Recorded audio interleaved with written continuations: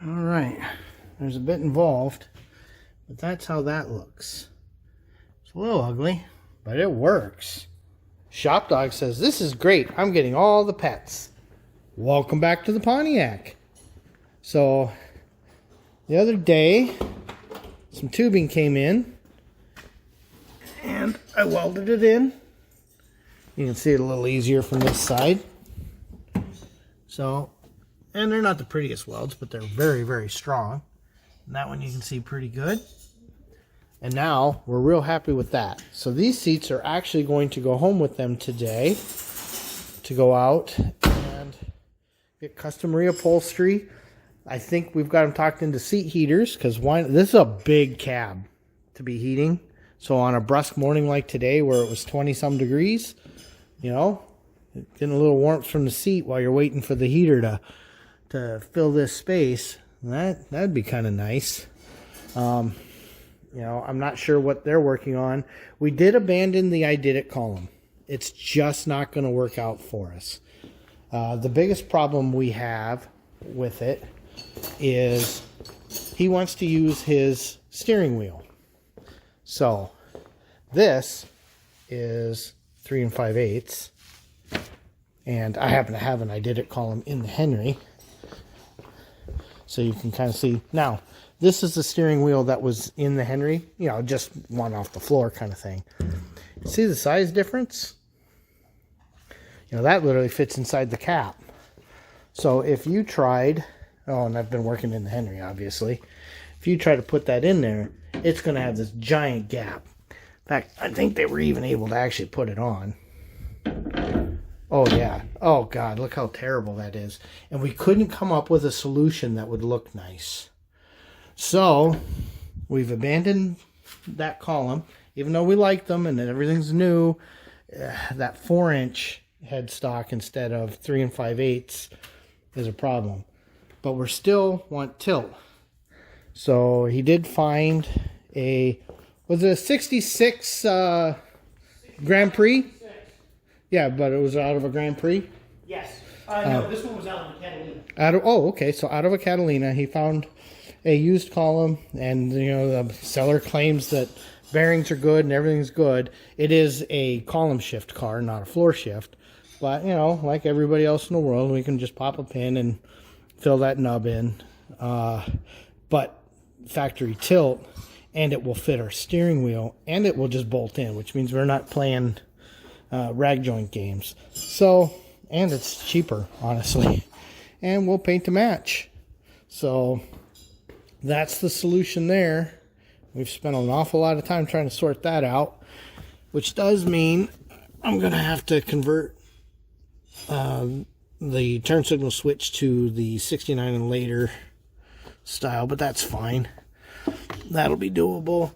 Ignition switch is fine, but I am going to have to move the neutral safety and the backup switch into here.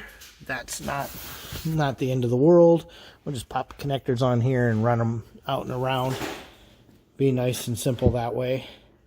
And honestly, at the rate we're going, the Dakota Dash may be here before this car's on the road. We'll see. But yeah, things are really coming together. We're real happy with the seats. I just can't even get over how happy I am about these seats. Look how nice that looks. So, all right, time to get to work. Okay, he's been in here polishing. This is how it looks before he's touched it. And now, you can see that's getting a lot nicer. He's been playing on the buffing wheel and trying to clean this up. He did find an NOS one, but it was not any better, honestly, and why spend $100? So he's cleaning this one up, and I think it's going to clean up really nice. Fix is trying some different colors to see what we like in here. And one of the things we're talking about is instead of this giant piece of cast here that makes a box you'll never use, we may get something that we can throw in the laser and cut it out, because it's only 17 by 4-ish. So I could totally get it in the laser, and I mean something like that or something like that. I mean, look how fun that would be. So I don't know, we got ideas, but they definitely still want a cup holder, And this is probably the area for that to happen. Getting ready to start the horn ring, but look how nice this is coming out.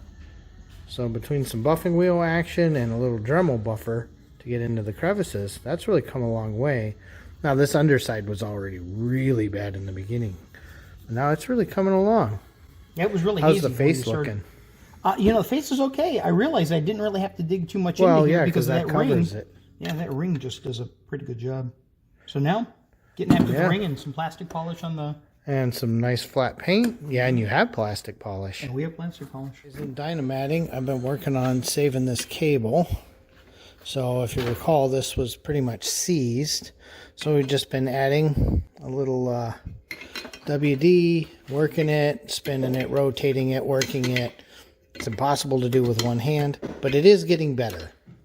So I just keep working it back and forth with the pliers, slowly moving it and rotating it, because it's got this little angle sleeve here, and it slides inside it. In fact, you can see it here. And I believe this is where we're actually getting all of our corrosion and friction, is in here. And then maybe a little in there. So we've been working some WD in the ends, work it back and forth, and it is getting easier. So I think we're going to save this cable. I've also got some WD working in on all of this, just to kind of break up any surface corrosion. But it shifts so nice already.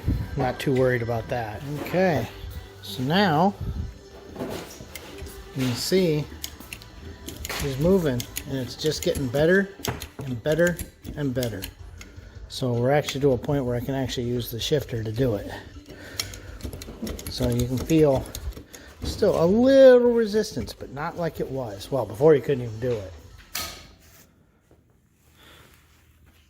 You can see she's been in here cleaning, and that is really starting to come together nice.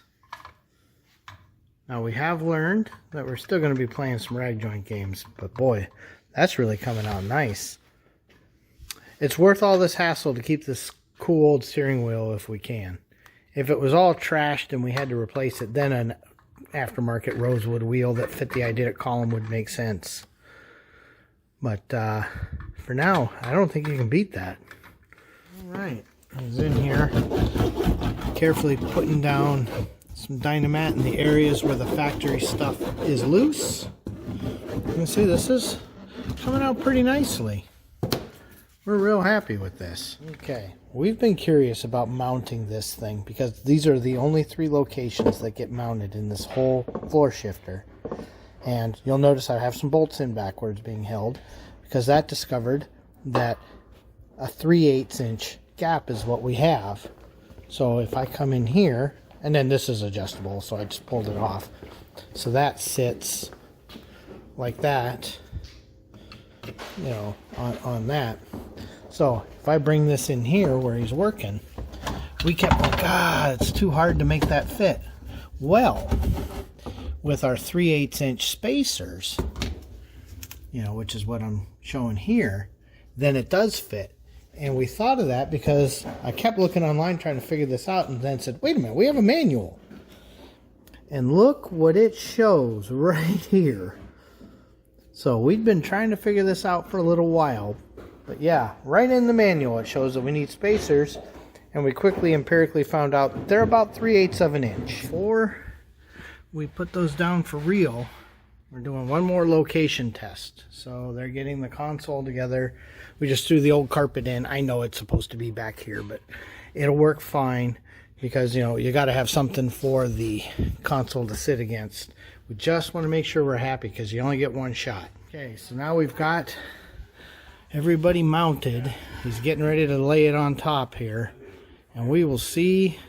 Oh, I should probably loosen those a little. Let me go get, So we can move it around? yeah, just in case we're slightly offline. So if we click it the right way, not loosening it a bunch, but just a little. All right, so let's see how this looks. Okay, this is not easy. This really sucks. So it's only going to go in one more time at the end. I don't even know how we're going to do the 2 screws on the back. But this has to kind of be hanging here, and we got to slide this in. But either which way, as sucky as that is, we now know where we're going to locate our 3 bolts So now that we know where that is and that we're happy with our side-to-side and forward back distance, this is going to work out pretty nice. This really gives a much more stately look. And then instead of the big cover that goes up, we think we're going to try to design a cup holder that sits in there and looks awesome. So, but we got time for that. The important part is we're getting a lot closer to this being a floor shift car. You know the other thing? Take a look at the gap here. You were talking about jute. Yeah. I'll bet you the money the jute only goes to about here. Yeah, and then it gets tight back here. And it looks like there's a couple of screw holes here.